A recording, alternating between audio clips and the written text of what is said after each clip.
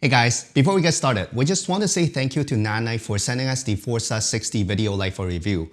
As usual, we're not paid to say anything besides our own opinions, and Nanlite does not get to see this video before it is published. Let's get straight to the point. This light is extremely small and cute. I have never seen such a small video light before. This is my palm, and this is the light. This is how small it is. So, it's almost like the size of a smartphone, but of course a lot thicker. And this is extremely small compared to the light that I'm using right now. I've been using the same light for the past 3 years, and this is about 1/3 or even 1/4 of the size of the light that I'm using. And this light is also extremely powerful. Don't get me wrong, this light is small but extremely powerful. And let's talk about some of the things that I really like of the Forza 60 besides the size. They come with a cover for the LED light front, which is awesome because when you're traveling, if you don't have, let's say, a reflector mounted on the light, sometimes you kind of don't want to put the light into your bag because it's going to be bumped around. And this is really good. Not every company has this. Some lights I reviewed before, they do have this cover. All you need to do is to press down onto this button right here at the top and then do a little twist and this comes out.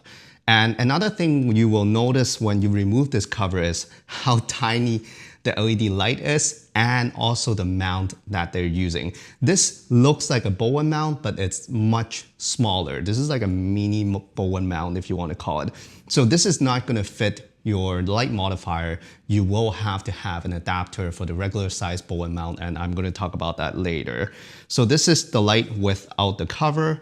If you want to increase the power of the light, you use the built-in, not the built-in, but you use the reflector that comes with the light. This is the reflector that will fit into this mini Bowen mount. All you need to do is to align the mount and turn, and it clicks and it will just stay on there. This is how tiny this light is, even with the reflector. So with the reflector, the light power will be a lot higher. This is how you can use this light. If I mount it onto the light stand, let me shift the light stand over. Oh, by the way, the mount, it's really solid.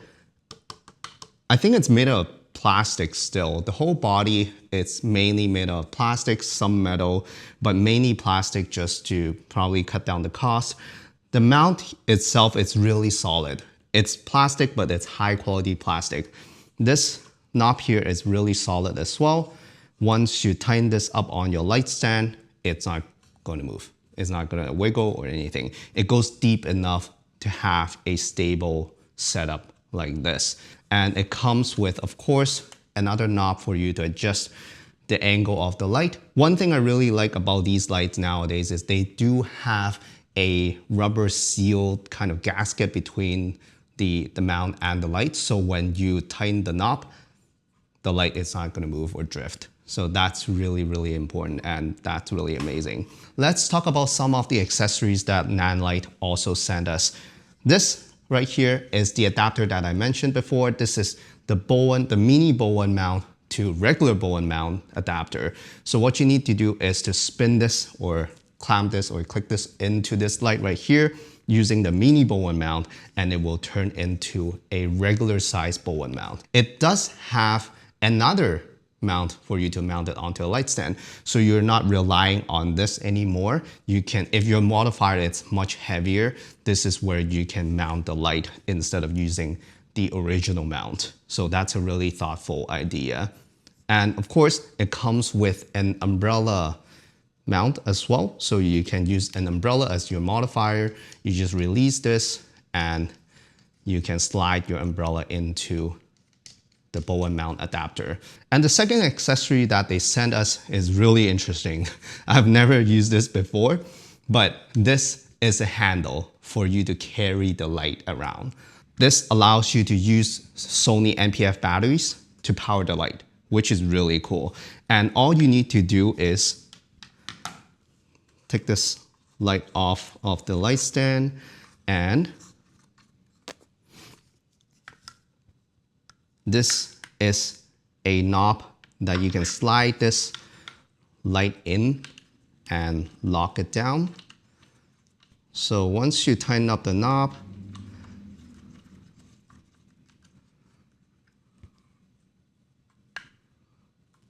this cable just goes to the back of the light. Just plug it in to where it says DC. And all you need to do is to have some NPF batteries. These are the most commonly used batteries for videography, so you can find them anywhere. They just lock in.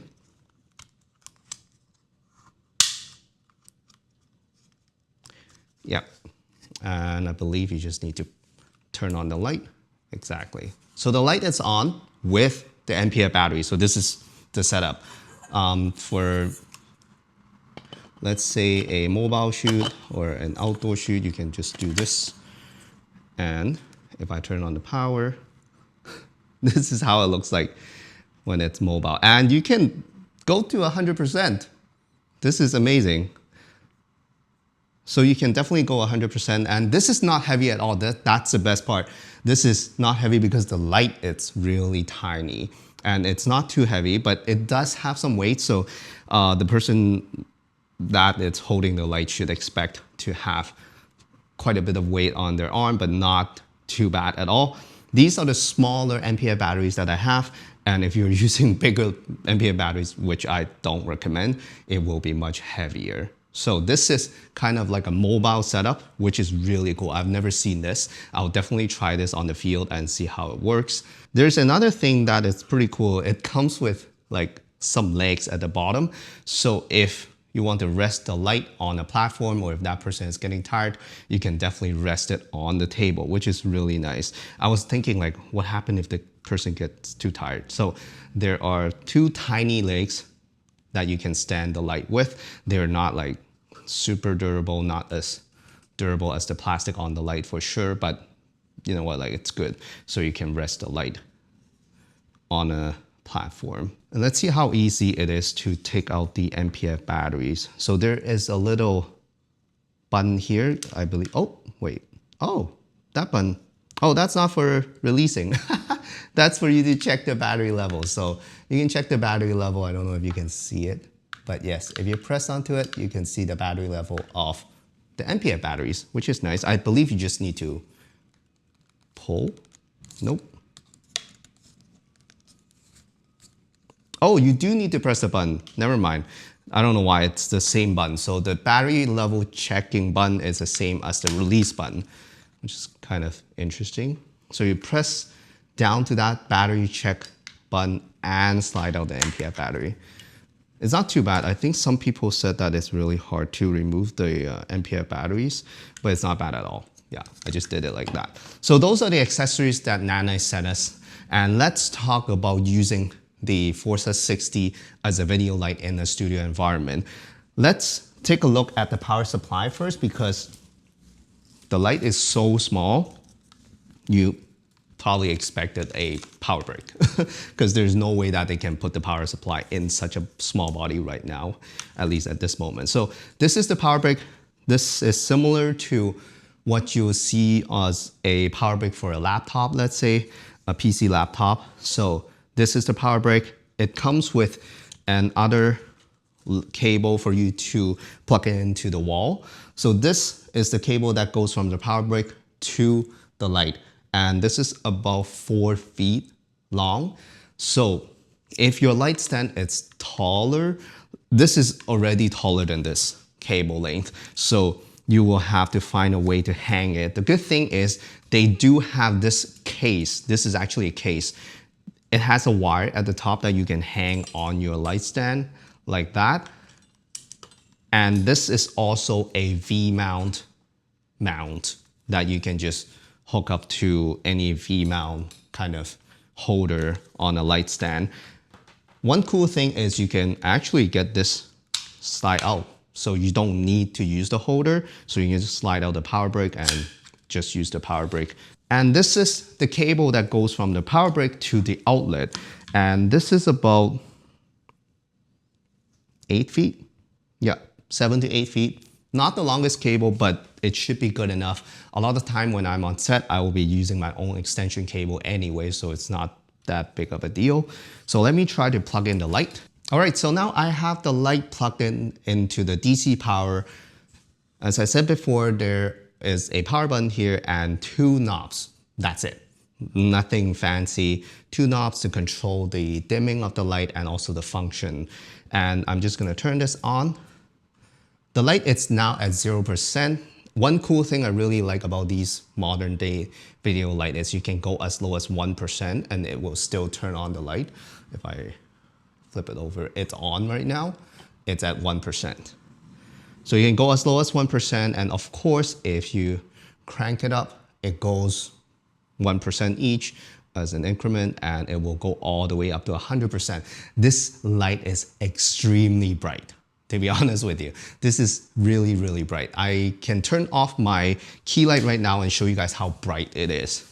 It's at 100%. If I turn off my key light, ooh, it's so bright. Like, just don't look at it directly. It is bouncing off of the wall and still giving me enough light to film. This is absolutely amazing, considering how small this is. But we'll talk about power again, that is related to another feature, or not feature, I should say a little bit of a drawback. So this is the light, oops, I'm kicking the light stand. This is the Monolight version, which means it's just daylight balance at 5600 Kelvin. We're gonna test the color accuracy soon with our X-Rite video color checker to see how accurate or the quality of the light is.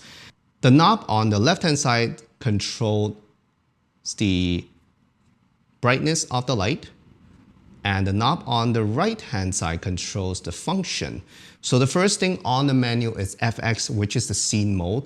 I'm just gonna dim it so it's not gonna be too obvious. So this is the flash mode. I don't know if you can see it, but it comes with flash 1, flash 2, flash 3, I think 3 flash mode, and this is storm 1, 2, 3. They're basically different patterns and different speeds, so like not much of a difference. They have TV mode and that bulb, flash 2, flash 3, storm, oh, it's just cycling. Yep. So TV, bad bulb, and some flashes and storm mode. So this, of course, because this is a daylight version of the Forza 60, so it's not gonna have that many special effects. So if you get the bicolor version, it will have more effects.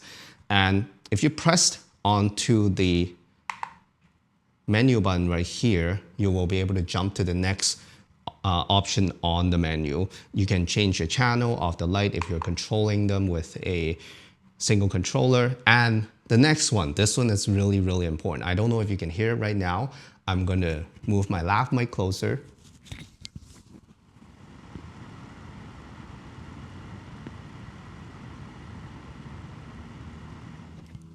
Can you guys hear it? It's actually, there's a fan, like an active fan on this light, probably because the small, like the enclosure is so small that it's trapping all the heat. It needs an active fan in order to output full power. So when the fan is on, you can go all the way up to 100%. It's now sitting at 30% right now. But when I turn off the fan, look, the light just goes dimmer. So the fan is completely silent right now, but you can only get so much power output. Even if you blast it to 100%, it's different from 100% with the fan on. I'm gonna turn the fan on right now so you can see the difference. I'm sitting at 100% on the Forza 60. I'm just gonna turn it on. See, it gets much brighter, but because there's an active fan, this fan is definitely audible. So I wouldn't recommend you guys to put this light so close to your microphone when you're recording stuff. Try to use a lav mic or put this somewhere else, or you can turn off the fan, but you will just have less power. I don't think everyone will need like 100% of brightness because it's super bright. So those are the 3 things that you can choose on the Forza 60 Monolight version, which is the daylight version. And if you have the bicolor version, of course, you have the option to select the color temperature of the light. So that's the power of this daylight balanced version. Usually it's more powerful than the bicolor one, but this one is super powerful. Trust me, this is like way too powerful compared to a lot of lights that we have tested. And in the next section of this video, we're going to use the X-ray color checker for video to test the quality of the light output and the color accuracy. If you don't mind about color accuracy of your light, that's okay. You can jump to the conclusion of this video by using the timestamp in the description below. All right, let's take a look at the color accuracy of the Forza 60 light with the X-ray color checker for video. The light is a daylight balance light, so it's at 5600 Kelvin, and the camera is also at 5600 Kelvin. What I'm going to do first is to isolate this white strip right here to see if the white balance is good. I'm going to change this to RGB parade. So as you can see, it's not bad at all. It's just a little bit towards the yellow side on the vector scope. Same thing with the RGB parade. You can see the red and green channel is higher than the blue, but it's not that bad at all. The next thing I'm going to do is to isolate this color palette right here to see if all the colors are accurate. What I'm going to do is I'm going to quickly increase the saturation of everything so you guys can see. So by looking at the vector scope, you can see that the red channel is really nicely on point. Magenta is not bad, blue is not bad, cyan is not bad, and green is just a little bit off. Usually the green and cyan and blue will be quite off if the quality of light is not good. So this one is really nice already, so definitely a good thing. The next thing I'm going to do, I'm going to keep the saturation up, is to isolate the skin tone palette. So on the vector scope, I have the skin tone line set up. I'm just going to isolate this palette right here, and you can see that it's a little bit off towards the yellow side because of the white balance. So it's a little bit off. You can see all the skin tones are shifted to the left. What you can do is to fix this light. It's actually going to be pretty easy. On Final Cut Pro, you can go change up the temperature to make it a little bit cooler, and that's pretty much it. So that's all I did to white balance this light. And if I isolate the skin tone again, it'll be a little bit better, but you might need some minor tweaking to kind of turn this skin tone palette clockwise to hit the skin tone line better. So the overall quality and color accuracy of the Forza 60 is really good using the X-ray color checker for video. You know what? I totally forgot to mention, when you get the Forza 60 from Nanlite, they do come with a really nice carrying case. This is one of the nicest light carrying cases I've seen. And it has all the dividers inside. It even has a slot for you to put maybe your business card in there. So if, in case you can't find it, if someone found it, they can still return to you. And it comes with all the slots for you to put some extra stuff. It has a belt for you to carry the Forza 60 around, and it has all the dividers just like that. So I almost forgot to mention, this is one of the nicest carrying case I've ever seen. It even has like little legs at the bottom so it doesn't like scratch the bag. So this is really nice, to be honest. And this is tiny as well because the light is extremely tiny. That's it. Those are my thoughts on the Forza 60 video light from Nanlite. I really like it because of its compact size, and I think I'll be using it as my key light from now on. Let us know what you think in the comment section below. What's your favorite light? Thank you so much for watching, and I'll see you in the next one.